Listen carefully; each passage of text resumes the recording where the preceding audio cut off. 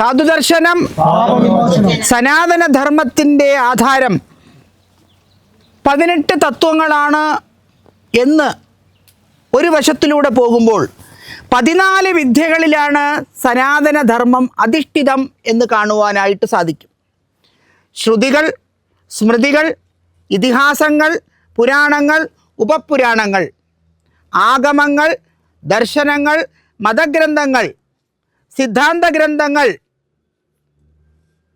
ധർമ്മശാസ്ത്രങ്ങൾ എന്ന 10, കാവ്യങ്ങൾ, നാടകങ്ങൾ, അലങ്കാരങ്ങൾ, സുഭാഷിതങ്ങൾ എന്ന 4 ചേരുമ്പോൾ 14 വിദ്യകളിലൂടെയാണ് സനാതനധർമ്മം പ്രകടമാകുന്നത് എന്ന് നമുക്ക് കാണാനായിട്ട് സാധിക്കും. പലപ്പോഴും നമ്മുടെ നിത്യജീവിതത്തിലെ ആരാധനാ തത്വങ്ങളെ ഇതുമായിട്ട് എങ്ങനെയാണ് ബന്ധപ്പെടുത്തുക എന്ന് ചോദിക്കുമ്പോൾ 6 തരം ആരാധനാ തത്വങ്ങളാണ് സനാതനധർമ്മത്തിൻ്റെ ആചാര അനുഷ്ഠാന പദ്ധതികളിൽ ഉള്ളത്. അതിൽ ബ്രഹ്മാണ്ടത്തിൻ്റെ പ്രകാശ സ്രോതസ്സായ സൂര്യനും സൂര്യനുമായി ബന്ധപ്പെട്ട് കിടക്കുന്നതായ എല്ലാവരുടെയും ആരാധനാ സമ്പ്രദായമാണ് ഒന്നാമത്തേത്. ഇതിനെ സൗരസമ്പ്രദായം എന്ന് പറയും. സൗരസമ്പ്രദായത്തിൻ്റെ ആചാര പദ്ധതികളിൽ ചേർത്തുകൊണ്ട് ഉള്ള ഒരാചാര പദ്ധതിയാണ് വൈദിക മന്ത്രമായ ഗായത്രിയെ സമാജത്തിന് വേണ്ടി പരിചയപ്പെടുത്തുക എന്നത്. വൈദിക മന്ത്രമായ ഗായത്രി മന്ത്രത്തെ സമാജത്തിന് വേണ്ടി പരിചയപ്പെടുത്തുമ്പോൾ അതിൽ താന്ത്രികമായി ഒന്നും തന്നെ ഇല്ല, തന്ത്രം പിന്നീട് രൂപീകരിച്ചിട്ടുള്ളതാണ് എന്ന് കാണാം. ആചാര്യന്മാർ തമ്മിൽ എപ്പോഴും ഇതിന് വാക് വിവാദങ്ങൾ ഉണ്ടാക്കാറുണ്ട്. തന്ത്രശാസ്ത്രം വേദത്തിൻ്റെ തന്നെ ഉപാസനാ കാണ്ഡത്തിൻ്റെ ഒരു ഭാഗമാണ്. പിന്നീട് ഇതിനെ വളർത്തിക്കൊണ്ടുവരികയാണ് ചെയ്തത്.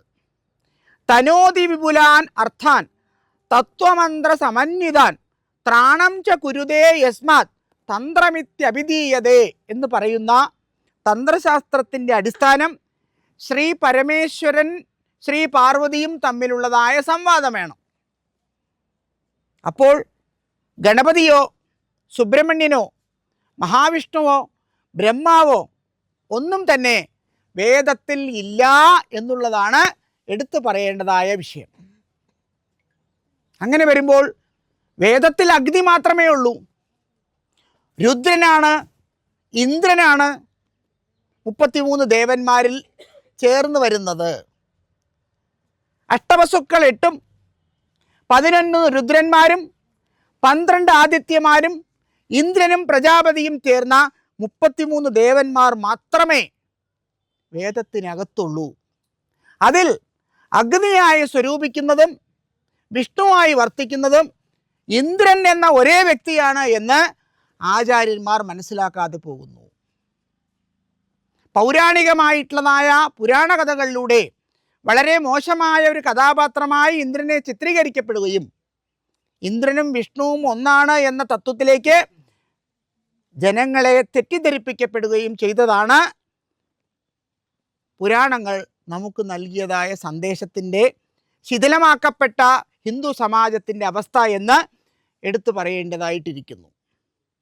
അതുകൊണ്ട് സൗരസമ്പ്രദായത്തിൻ്റെ ആരാധനാ രഹസ്യം, അതിൻ്റെ ആരാധനാ തത്വങ്ങൾ പരിപൂർണമായും ഇല്ലാതായി കഴിഞ്ഞു ദക്ഷിണ ഭാരതത്തിൽ എന്ന് തന്നെ പറയാം. രണ്ടാമത്തെ ആചാരം ഗാണപത്യമാണ്. ഈ ബ്രഹ്മാണ്ടത്തിൽ വിഘ്നങ്ങളുമായി ബന്ധപ്പെട്ട് ഭൂമി തത്വത്തിൻ്റെ ആരാധനയാണ് ഗാണപത്യം എന്ന ആരാധന. ഭൂമിയിലെ ഏറ്റവും വലിയ മൃഗം ആനയാണ്. ഭൂമിയുടെ നിറം മഞ്ഞളാണ്. ഭൂമിയിൽ പടർന്നു പന്തലിച്ചതായ സസ്യം കറുകപ്പുല്ലാണ്. ഭൂമിയെ തുരത്താൻ ഉപയോഗിക്കുന്നത് എലിയാണ്. അതുകൊണ്ടാണ് മൂഷികൻ വാഹനം. തല ആനത്തല, ഏറ്റവും വലിയ മൃഗം. ഇങ്ങനെ ഗണപതി എന്ന സമ്പ്രദായം ഭൂമി തത്വത്തിൻ്റെ പ്രതീകമാണ്.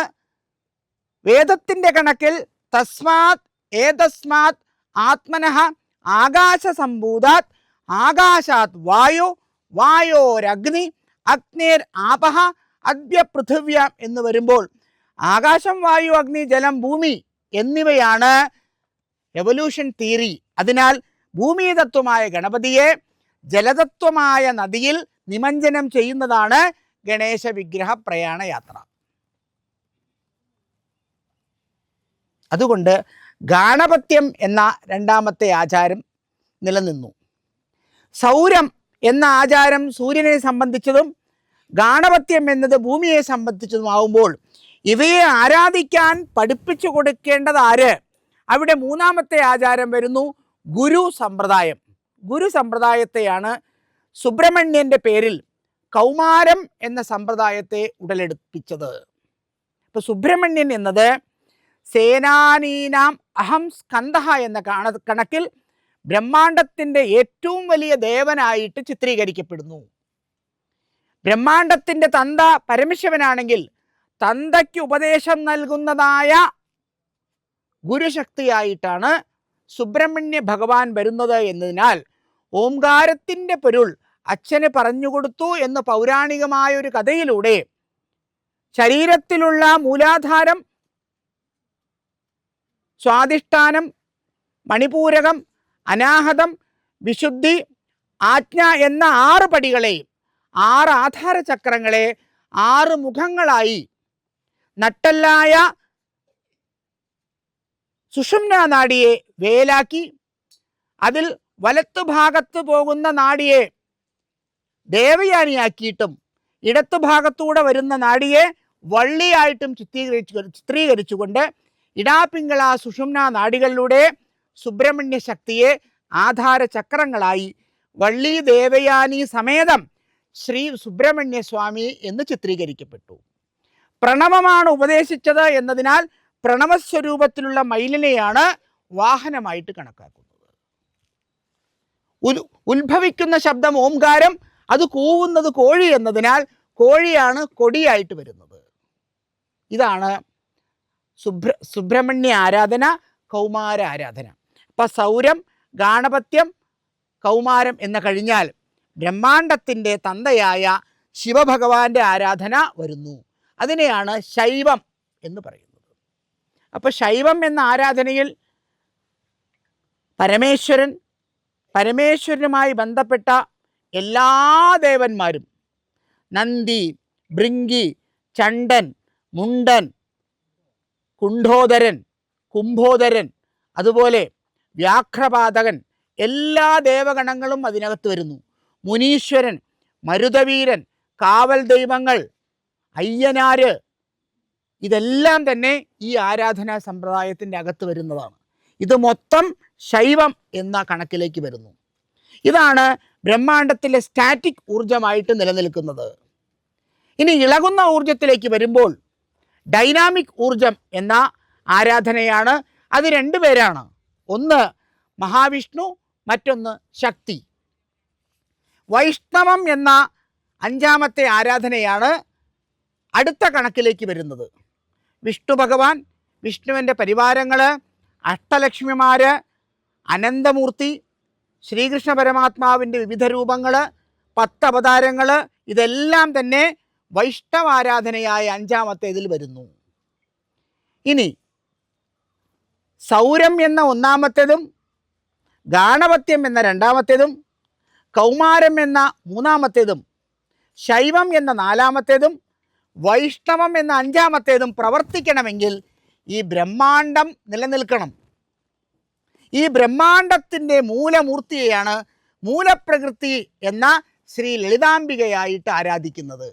അതുകൊണ്ട് എല്ലാ ആരാധനകളും ശക്തിയെ കേന്ദ്രീകരിച്ചിരിക്കുന്നു എന്നതിനാൽ ശാക്തേയം എന്ന 6ാമത്തെ സമ്പ്രദായം എല്ലാത്തിനും ആരാധനയായി വരുമ്പോൾ, മൂലമായി വരുമ്പോൾ, അടിത്തറയായി വരുമ്പോൾ, സൃഷ്ടി, സ്ഥിതി, സംഹാരം, തിരോധാനം, അനുഗ്രഹം എന്ന കണക്കിൽ പഞ്ചകൃത്യങ്ങളായ ബ്രഹ്മ, വിഷ്ണു, മഹേശ്വരൻ, രുദ്രൻ, ഈശ്വരൻ എന്ന 5 പേരും ദേവി പരാശക്തിയുടെ പ്രവർത്തകരായി അഖിലാണ്ടകോടി ബ്രഹ്മാണ്ട നായികയായി 14 ലോകങ്ങളിലും നവഗ്രഹ നായികയായി ആദിപരാശക്തിയായ ദേവി പ്രണവ ഉപാസനയായി, ശ്രീവിദ്യ ഉപാസനയായി ബ്രഹ്മ ഉപാസനയായി തീരുന്നു എന്നതാണ് ആറാമത്തെ സമ്പ്രദായം. അങ്ങനെ സൗരം, ഗാണപത്യം, കൗമാരം, ശൈവം, വൈഷ്ണവം, ശാക്തേയം എന്ന 6 സമ്പ്രദായങ്ങളാണ് സനാതനധർമ്മത്തിൻ്റെ ആധാരശില എന്ന് പറഞ്ഞുകൊണ്ട് ഈ വാക്കുകൾ ഇവിടെ സമർപ്പിക്കുന്നു. കൂടുതൽ വീഡിയോകൾക്കായി ചാനൽ സബ്സ്ക്രൈബ് ചെയ്യുക, ബെൽ ബട്ടണും അമർത്തുക.